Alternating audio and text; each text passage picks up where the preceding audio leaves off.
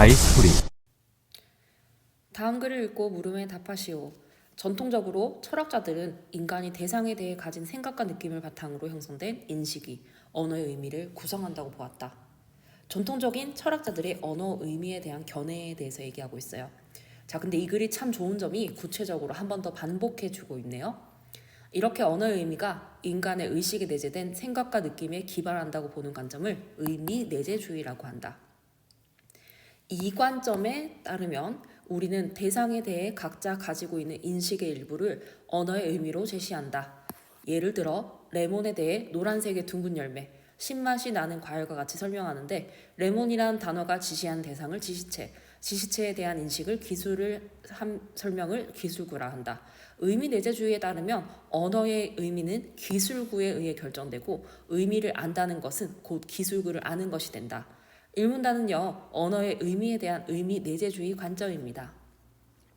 그러나 분석 철학자 퍼트넘은 기술구가 결정하는 의미가 객관적이지 않다고 비판하며 의미는 우리를 둘러싼 객관적인 외부 세계에 의해 결정된다는 관점에서 의미 외재주의를 주장하였다.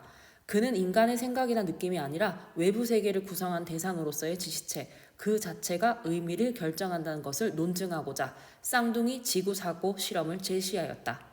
이 문단은 의미 내재주의를 비판한 퍼트넘과 언어의 의미에 대한 의미 외재주의 관점에 대한 이야기였습니다. 지구와 모든 것이 똑같다고 인식되는 쌍둥이 지구가 존재한다고 가정해보자.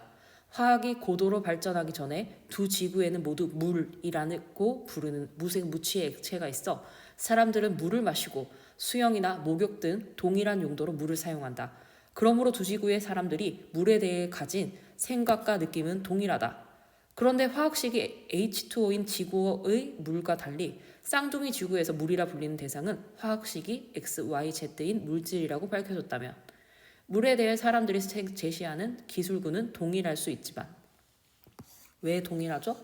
물에 대해 가진 생각과 느낌이 동일하기 때문이죠. 두 지구의 물의 의미는 같지 않다. 왜? 화학적으로 다른 물질이기 때문입니다.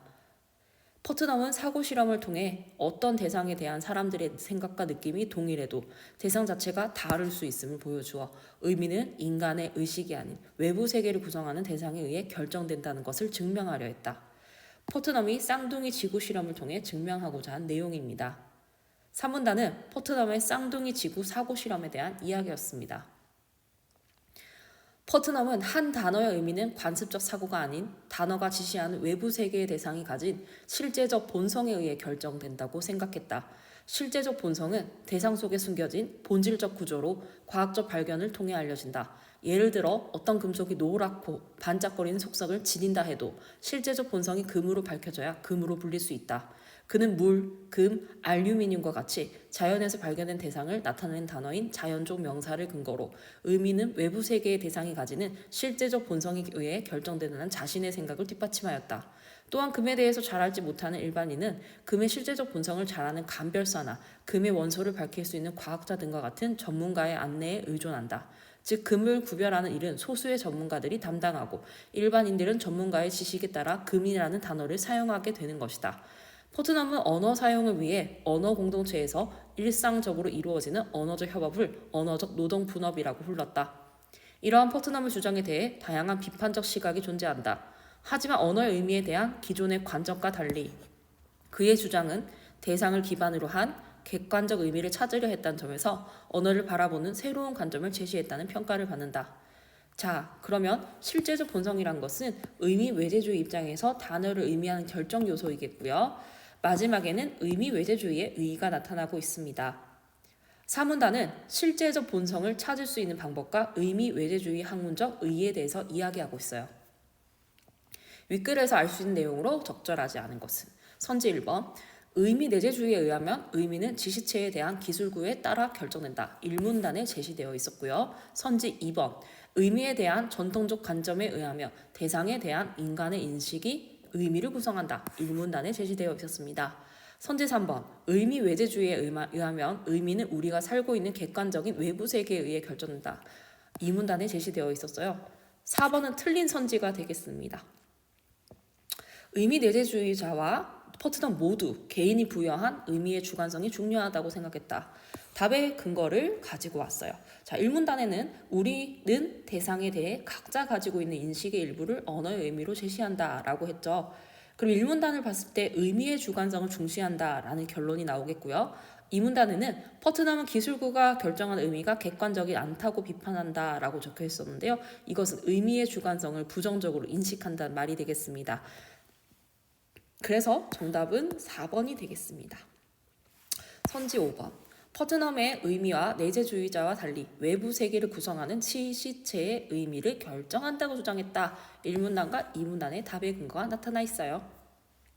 윗글을 참고할 때 기역의 이유로 가장 적절한 것은 기역의 이유를 알려면은요 2문단을 가지고 와야 되네요. 선생님하고 아까 2문단을 읽어봤잖아요. 네. 전체적으로 읽었을 때 본문을 읽으면서 알아차린 친구들이 많았을 거예요. 두 지구의 물의 의미는 같지 않다. 왜? 화학적으로 다른 물질이기 때문에 여기에 가장 가까운 답을 골라주시면 되겠습니다.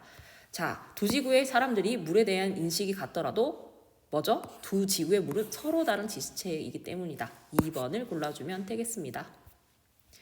A를 읽은 학생이 보기에 대해 보인 반응으로 적절하지 않은 것은 냄비를 만드는 재료로 사용되는 몰리브데넘은 자연에 존재하는 금속으로 알루미늄 속성 및 용도가 매우 유사하다.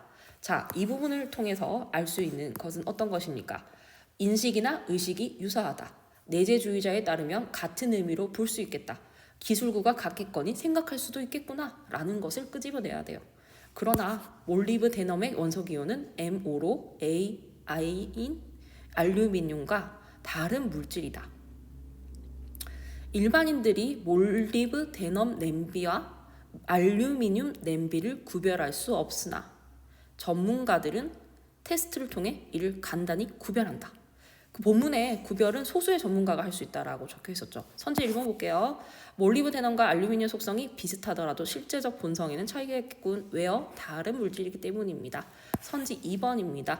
두 금속의 원소를 밝혀낸 과학적 발견을 통해 몰리브데넘과 알루미늄의 본질적 구조가 드러났겠군. 3문단에 실제적 본성은 과학적 발견에 의해 드러난다라는 본문에 적혀 있었어요. 선지 3번. 몰리브데넘과 알루미늄은 구별할 수 있는 소수의 전문가는 단어가 의미한 대상의 차이를 인지하며 단어를 사용했군. 네, 본문의 구별은 소수의 전문가가 할 수 있으니 맞는 선지가 되겠습니다. 정답은 4번이었는데요. 언어 공동체의 협업은 언어 사용을 위해 쓸 수 있는 거였습니다. 의미를 결정하기 위해서 언어 공동체 협업을 쓴다라는 말 자체가 성립이 되지 않습니다. 선지 5번 볼게요. 전문가의 안내에 따라 일반인들이 몰리브데넘과 알루미늄이라는 단어를 구별하여 사용하게 된다면 언어적 노동 분업이 이루어진 거겠군. 네, 4문단의 마지막 줄에 적혀 있었죠. 정답은 선지 4번이었습니다. 보기의 관점에서 퍼트넘의 주장을 비판한 것으로 가장 적절한 것은 보기, 외부 세계를 구성하는 어떤 대상이 단어의 의미를 결정한다면 의미 외재주의라고 적었는데 사라졌었네요. 레몬이란 대상이 그 단어의 의미를 결정한다는 것은 당연하다고 볼 수 있다. 그러나 도깨비와 같이 외부 세계에서 존재하지 않은 대상을 지시하는 단어도 분명히 그 단어만의 의미를 지닌다라고 되겠습니다. 자, 그러면 외부 세계에 존재하지 않는 대상을 지시하는 단어도 분명히 의미를 지니고 있다는 관점으로 외부 세계를 구성하는 대상이 단어의 의미를 결정한다는 퍼트넘의 주장과 굉장히 대조되고 있죠. 따라서 보기의 관점에서 보았을 때 퍼트넘의 주장으로는 인간의 상상으로 만들어진 단어들은 의미를 설명할 수가 없겠습니다. 그래서 정답은요 5번이 되겠습니다.